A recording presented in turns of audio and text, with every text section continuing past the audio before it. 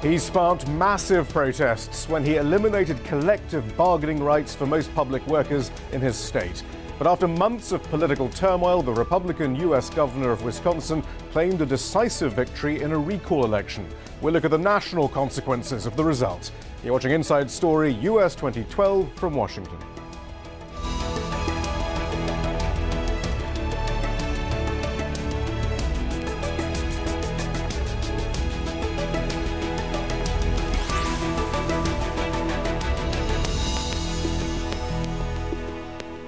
Hello, I'm Shihab Ratansi. It was one election in one state, but Scott Walker's clear win in a recall vote is being framed by Republicans as a major victory for the party leading up to the November presidential elections and a major defeat for Democrats and labor unions across the country. The political turmoil began more than a year ago when the state's Republican-controlled legislature voted to curb the rights of union members. Hundreds of thousands began protesting against the laws occupying the state's capital for months. Wisconsin became a symbol of the battle workers were facing against a Republican Party determined to slash the power of the unions. Walker's opponents collected more than 1 million signatures to trigger a recall election. Over the next few months, a bitter campaign was launched with tens of millions of dollars spent, most of it from Walker and his supporters, making it the most expensive election in the state's history. The money spent has paid off, despite the massive on-the-ground operation mounted by progressives in Wisconsin. Republican presidential candidate Mitt Romney was quick to seize on Walker's win, tweeting, "Tonight's results will echo beyond the borders of Wisconsin." So, what are the repercussions of the Wisconsin recall and what impact will it have on the presidential race? Joining us from Milwaukee, Wisconsin, is Robert Kraig, Executive Director of Citizen Action of Wisconsin, a coalition of social and economic justice groups. With me here, Alex Seitz-Wald, political staff writer at Salon.com, and Brendan Steinhauser, Federal and State Campaigns Director at FreedomWorks, which is associated with the Tea Party movement. Robert Kraig, first of all, we've now had several hours of analysis and punditry following this result. What do you make of the sort of conclusions being drawn? Well, I mean, there's a lot of disappointment here about the result, obviously. There was a lot of money spent. Governor Walker is an extremely charismatic politician. And another thing is it's a very short timeline for this election. There was a month to get our side organized. We had a candidate who was a good Democratic candidate, but wasn't really a good fit for the movement that created the recall in the first place. And so with the unprecedented out-of-state money, the saturation on that, and the limitations, it was very tough to do. And the problem is, even though we got the vote out, we got 73% turnout in Milwaukee, which is an amazing amount. The Republican vote around the state exceeded that. And so their side also did a tremendous job of getting the vote out. And so we had a result not dissimilar to Walker's first election in 2010. Alex Seitz-Wald, I mean, that would suggest then those of us who are trying to square the result with the sort of scenes we saw last year at the Wisconsin Capitol, hundreds of thousands of people, protesters in Tahrir Square in Egypt expressing their solidarity, with the protests and so forth. I mean, it didn't necessarily, that support was still there, but what is your analysis then? Yeah, absolutely. I mean, there's a lot of things stacked against the Democrats in this race. First of all, there's just a long period of time that passes and excitement dissipates, organization dissipates. You had the tremendous fundraising advantage, 7-1, 10-1 if you look at just the campaign spending from the Republicans to the Democrats. Actually, we can go through some of those figures. According to the Center for Public Integrity, the Republican governor, Scott Walker, outspent his Democratic rival, Tom Barrett, by a factor of over 7-1. Let's take a closer look at those numbers. $63.5 million was spent by candidates and independent groups, the most expensive election in Wisconsin history. $45 million, two-thirds of the total amount, was spent by Walker's campaign or his supporters. Barrett's campaign and supporters spent $18.5 million. Walker's campaign itself raised $30.5 million. 66% of that came from donors who live outside Wisconsin. Tom Barrett raised $3.9 million. 26% of that came from out-of-state donors. I mean, do you think that was a decisive factor, Alex Seitz-Wald, then? Yeah, absolutely. And as Robert mentioned, you had a very short time for the Democrats to organize, whereas Scott Walker had been aware that this would be coming for 6 months, 8 months. Into last year, he was preparing for this and raising money, while Democrats and labor unions, who were the big forces against Scott Walker early on, were split between two candidates in the primary. and they wasted a lot of resources and time and energy fighting each other before just May 8th, less than a month ago, when the nominee was decided and they could come together to go against Scott Walker. Of course, the governor also has the huge benefit of being the incumbent and all the things that come with it. And there's a strange quirk in Wisconsin's election law, just to go back to the funding, that allows him to raise unlimited funds while Barrett, the Democrat, could raise only $10,000 from individuals. Brendan Steinhauser, and that's something we've been hearing quite a lot of then. This was a battle between big money and a grassroots traditional operation, and big money won, and that's quite chilling for the future of U.S. politics as a whole. Well, I have a bit of a different take on this. You know, I just got back from Indiana a few weeks ago, where the Tea Party movement and Freedom Works took on big money, a big money Republican, Dick Lugar, a longtime incumbent, and we used grassroots work, and we were outspent 3-1, 4-1 there, and we won. And we're doing the same in Republican primaries around the country. So the Tea Party has a pretty good record of challenging and beating Republicans, and maybe we're better at it now than the unions are. But our motto is, once we beat the Republicans in 2012, we're going to go beat the Democrats in November. It is striking, though, Robert Kraig. I mean, we talk a lot about the money, but it was rather transparent in what Scott Walker stood for. I mean, we knew what his policies were. We have a selection of them here. I mean, some of the measures that he did implement while he was in office. Last year, the Wisconsin governor pushed through legislation that sharply, of course, limited the ability of public unions to bargain on behalf of workers. He said this would help bring down the budget deficit of $3.6 billion, he said. He slashed spending on public schools by $800 to $900 million. He reduced aid to local government by $96 million. He also cut taxes for corporations. That's estimated to take away $2.3 billion in revenue over a 10-year period. Robert Kraig, I mean, there's no secret about this. And it would appear that the voters of Wisconsin didn't have a problem with that. Well, I mean, that's the result yesterday, obviously. It's partly because of the campaign spending. It's partly that Walker is a very effective candidate and politician. But the truth is, our problem was this. People were amazed 16 months ago that you could have a mass movement around collective bargaining, because progressives have done a very bad job of explaining it to the public. But it did not get you in an election, even though it was the cause of the recall, the first cause anyway, to over 50%. And so you had to do other issues. And I think a real problem is that the Democratic candidate, partly because of the time frame, didn't offer an alternative agenda. Basically, the position was, we're just not Walker. Walker, with the money behind him, saturating the airwaves, did a very effective job of seeming like he was working on key problems and saying over and over again it was working, even though the job numbers for Wisconsin are among the worst in the country, even with those giant tax cuts he's given away to the wealthy and large corporations. But clearly, in a spring election, it worked for him very well, and for conservatives in Wisconsin. But you don't accept then that the unions lost this argument, that people in Wisconsin apparently don't believe in collective bargaining. They don't think it's right to stand up against businesses who clearly want to pay them as little as possible, some might argue, and fight against these corporations. They'd rather stand with big corporations and the Koch brothers and these out-of-state backers and billionaires and so forth. Well, the exit polls actually showed that most people supported collective bargaining, and specifically had a positive image of public employee unions in the low 50%.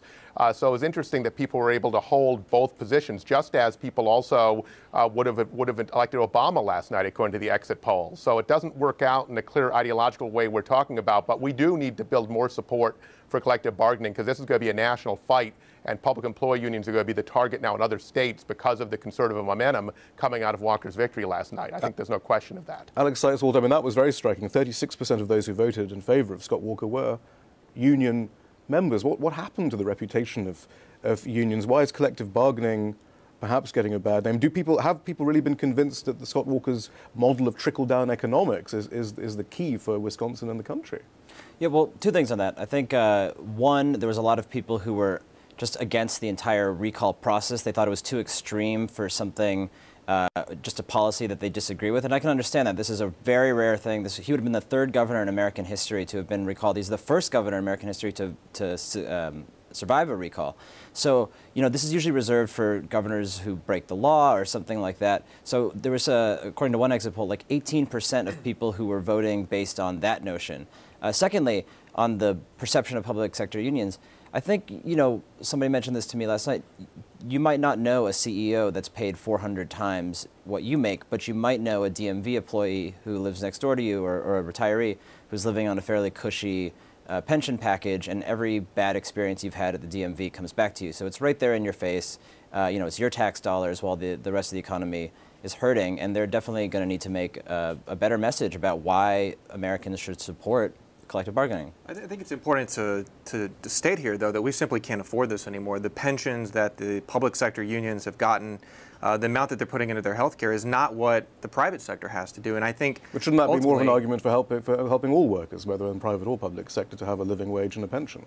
Well, that's up to the market to decide. But I think that what we're seeing is that the taxpayers are kind of the forgotten man here, because they're having to pay for the lavish pensions. And I would argue the union workers are even better off without some of these contracts, because now they have more money in their pockets. They don't have the forced dues. I mean, if the Tea Party or the Freedom Works organization or other groups had to force their members to give them money, we wouldn't succeed. So this whole model that the unions have is immoral, corrupt, and doesn't work. I suppose what some are amazed at, and frankly admire, perhaps even on the left, is how Freedom Works and Americans for Prosperity, clearly funded by corporate backers, the Koch brothers and so forth, are managing to get poor people to vote for rising taxes for poor people, lowering taxes for corporations. 2/3 of corporations in Wisconsin don't pay any state taxes at all. It's this amazing. It is a marvel at how apparently you're getting the poor to vote against their own interests. Well, I don't accept that premise on a number of things. First of all, we have 40,000 donors. We have 1.7 million members across the country. Most of our members are giving us $50 or $100 to support what we do. We don't force it on them. They give it to us freely. They believe in the cause. And we're providing good customer service. We're helping teach them how to be more effective. And the policies that we support would help everyone. We support a flat income tax. We support lowering taxes for everybody, providing the poor with an option to not pay taxes, federal income taxes. So I think that for us, we're trying to make the economy better. We're trying to make it better for all workers. And regardless of how you feel about the unions, we just simply can't afford the pensions and the health care that the taxpayers have to pay for. Robert Kraig, clearly this is a key point. What's your reaction to that? Well, I mean, quite frankly, the only way Governor Walker passed this in the first place with Democrats out of the state was by making a non-fiscal issue. You have to see there's a distinction between health care and pension givebacks and whether you have a right to form a union, and they've conflated those with Walker because his interest is in undermining that power, because it's something that's a check on conservative power in the state, so it's removing your enemies. But I think if you look at this, really, there's a divide and conquer, that's what Walker called it, kind of strategy, a scapegoating public employees as if they're the problem in our society, as if they're the people who are making most of the money in our economy, which is decidedly not the case. And to say just because they've held on to decent health care and pensions, which private sector union workers have lost, which they shouldn't have lost, that we can blame them for our problems. And I think if you look at it economically, if you look at the actual numbers, it's a false argument. In fact, public workers in Wisconsin make less than private sector workers if you adjust for education level, and that includes their pension benefits and health care. So this is kind of scapegoating and divide and conquer, but it's very effective with a lot of voters, and there's a lot of money behind it, of course, as well. Alex, that makes it effective. I mean, when you do look at the figures, there is a pretty clear correlation between the decline in union membership and the rise in income inequality, and yet that seems to be a message that the unions are unable to get across or capitalize upon. I mean, there is this backlash. Is it simply really because of a bad experience while waiting for your driver's license? Well, I mean, maybe that's overly simplifying it. But yeah, there's plenty of data on the union side, on labor's side, to suggest that they are good for building the middle class, good for making it better for workers of all stripes, not just unionized workers. And in terms of that, we have the weekend and the normal work hours. We have labor unions to thank for a lot of that stuff. On the other hand, they've had a difficulty communicating it, and I think a lot of that has to do with the problems internally. I would hesitate to get too much into mismanagement issues within labor unions, but they've been focused on things that, and I think have taken the ball off of selling their message to the American people more broadly. All right, well, let's see what Scott Walker had to say after he won this election. He stuck to his ideological position, even though, as he talked about, unity moving forward. Early in 2011, I rushed in to try and fix things before I talked about them. Because you see, for years, too many politicians I'd seen, not only in Madison, but in Washington and beyond, talked about things but never fixed them. Well, but I want to tell you, looking ahead, we know it's important to do both. Looking ahead to tackle the challenges that face all of the people of Wisconsin, we're both going to be committed to talking together about how to solve problems, and then working together, we're going to move forward with the solutions that put our state back on the right track towards more freedom and more prosperity for all of our people. Brendan Steinhauser, I think Robert Kraig has already alluded to some of these issues, but there are those who oppose Scott Walker who say, look, this wasn't really about fiscal discipline and Wisconsin's own budgetary problems and how they relate to collective bargaining. It wasn't even about whether the recall process is actually, is a tool that should be used in the democratic process as it was in this case. It was simply about destroying a major backer of the Democrats in Wisconsin, as indeed Scott Walker himself was caught saying to one of his backers, once and for all, to make Wisconsin a red state once and for all. It's always been a very divided state. Well, maybe he's killing two birds with one stone. He's dealing with a corrupt system where unions basically extract and extort money from their membership to buy off politicians in the Democratic Party who then vote for lavish pension programs. I mean, this is a very corrupt system, so maybe he's trying to do that. It also does help Republicans to take away mandatory union dues, take away mandatory union dues. If you pass right to work, like they did in Indiana, there's certain things you can do that definitely lower the power of the unions, but the effect of all of that certainly is economic and certainly is in terms of the size and scope of government going to lower it. I think he's given a lot more flexibility to these local governments, and there's all this doom and gloom that was preached about what was going to happen in Wisconsin, in the economy, and for school teachers and things like that. It never happened, and I think the voters did reject the recall. All the statistics that are introduced there are always hugely argued over there. I mean, whether it is the budget shortfalls or the number of jobs being created and everything else. Actually, Alex, perhaps you can tell us, do we have an accurate idea? I mean, whenever someone would say, okay, Wisconsin has actually led the country in job losses, then we'll immediately get someone from the Walker campaign saying, no, that's not true, or that the budget surplus won't be achieved by Walker's policies. Then, of course, that's rebutted. I mean, do we have any hard and fast figures? I mean, statistics always get politicized. You see it every day with job numbers and unemployment figures. It's hard to say in Wisconsin, and I might defer to Robert on that since he's on the ground there. But certainly, I mean, and like the job figures have been a big issue in the campaign lately, where you've seen Scott Walker claiming that he's leading the nation and the Democrats have been against it. And ironically, he's kind of tied up with Obama there, and that they both do well if job figures improve. Because Barack Obama is talking about an increase in jobs in Wisconsin as well to show that his national policies are working at the same time as Scott Walker is claiming job creation. What is the truth then, as far as you're concerned, Robert Kraig? One, on job creation as a result of Scott Walker's policies, but two, on the doom and gloom scenarios for teachers and others not having come to pass? Well, Alex is right about the numbers being politicized. The standard numbers that most states use show Walker as having, Wisconsin under Walker being 50 out of 50 in job creation. Walker introduced additional numbers, which he brought out early. There were census numbers that aren't released by the federal government until the end of June.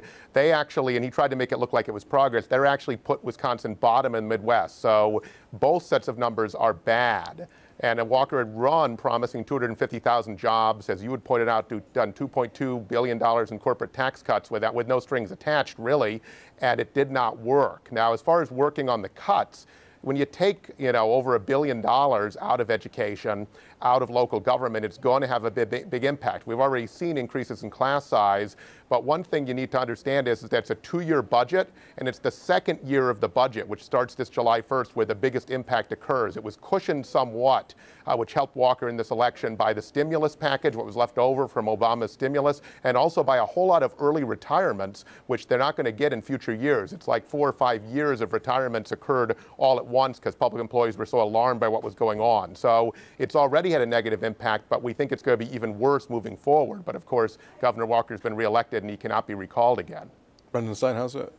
I don't think the voters agree with that. And the numbers that I've seen are that 30,000 jobs have been created since Walker took office. Unemployment was below 7%. So, but again, I think it goes back to our first principles that whether it's President Obama or whether it's Governor Walker, they don't create private sector jobs. And the private sector creates private sector jobs. What politicians can do is get the budgets under control, keeps taxes low, regulations low, so that the private sector can work. Okay, so now moving ahead then, I mean, clearly that is the ideological framework of Scott Walker, Alex Seitz-Wald. Moving ahead, does this embolden other governors to put that framework into practice, or does it just show how much trouble it is? Because certainly in Ohio, collective bargaining policy like this failed. The governors in Florida, even in Virginia, are having trouble perhaps in pushing similar policies through. I mean, where does this leave them? Yeah, I think it depends on which kind of governor you're talking about. And that's certainly the message from the Democrats is they're saying no governor in his right mind would want to go down this route because they saw what happened to Scott Walker. No one wants to be recalled.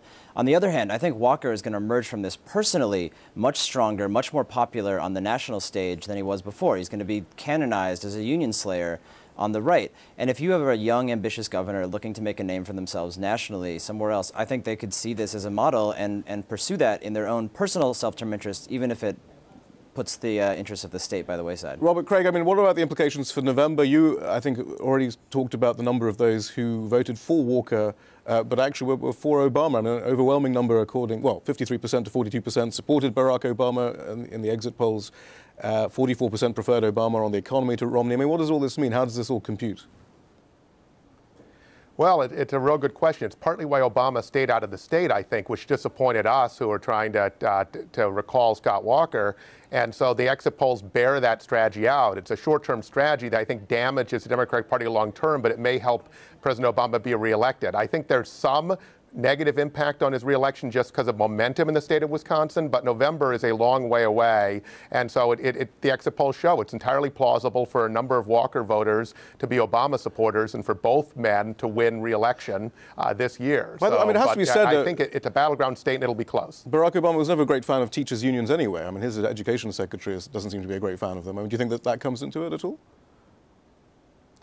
It's a good point, but I don't think he's going to run that way. I don't think he's going to run in Wisconsin as being opposed to teachers' unions. But you're right. He has some sympathy in that direction. He's more of a third-way kind of candidate, not a movement candidate. Scott Walker's a movement right-wing candidate. Alex Seitz-Wald, I mean, that's the other point that progressives are perhaps taking from this with some bitterness.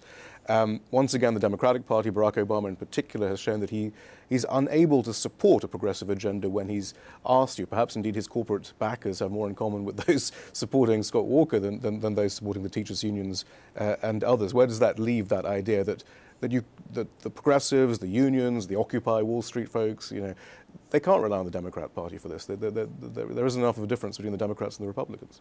Well, I don't know about that, but I think that's a really important question about what's going on. And you're going to see finger pointing with local union leaders and the national Democrats and the and the Obama campaign. But I don't think they should have to rely on it. The party is a party. It's not a movement, and the movement should exist outside the party. That's why you have the success of people on the right with the Tea Party movement, and they've been tremendously successful, no matter which side of the aisle you come from, in holding the party true to its values. And we just haven't seen that on the left. The Occupy movement wasn't really able to be strong enough in that direction. So I think here is a perfect example. Obama, in the short term, in his narrow interest, in his reelection interest, I think comes out okay, not great, slightly damaged. Jim Messina, the campaign manager, put out a video this week in which they put Wisconsin in the toss-up column. It had previously been a safe bet for Obama, and Mitt Romney is going to inherit this very robust infrastructure that Scott Walker built up in the state. He's just going to come in. This was a state where he probably wouldn't have spent much money anyway, and now he's going to have this all waiting for him. On the other hand, the exit polls show that Obama would have won last night, and he kept his distance, so he's not going to have the tarnish of the loss on him. So he'll be fine. But the broader left, the unions, are certainly hurt. Actually, I'll return to Robert Kraig there, because, I mean, you do represent the unions, after all. I mean, what kind of discussion is going on? Who is this Barack Obama? Who is this Democrat Party? Can you rely on them? It's Sophie's choice, right? Because you have a right wing that wants to destroy people's rights to have unions, and then you have a National Democratic Party that wants union support but doesn't want to put its neck out too far to defend unions.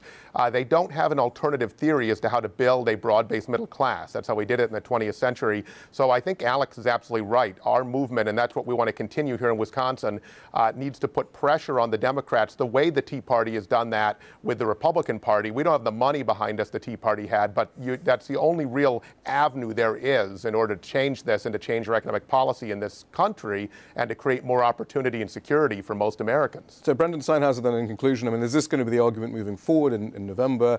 It's sort of an economic narrative that does seem to be getting traction. You're not going to get higher wages from corporations. Corporations don't want to pay you higher wages. So pressure the government to lower taxes, no matter what the consequences are. I mean, that seems to be it in a nutshell. Well, first of all, it's laughable that the unions don't have money, and they've been in the top out of the top 5 spenders on elections in the last decades, the unions are probably 3 out of the top 10, or 3 out of the top 5 even. So they're spending hundreds of millions of dollars to get involved in elections. That's just completely absurd.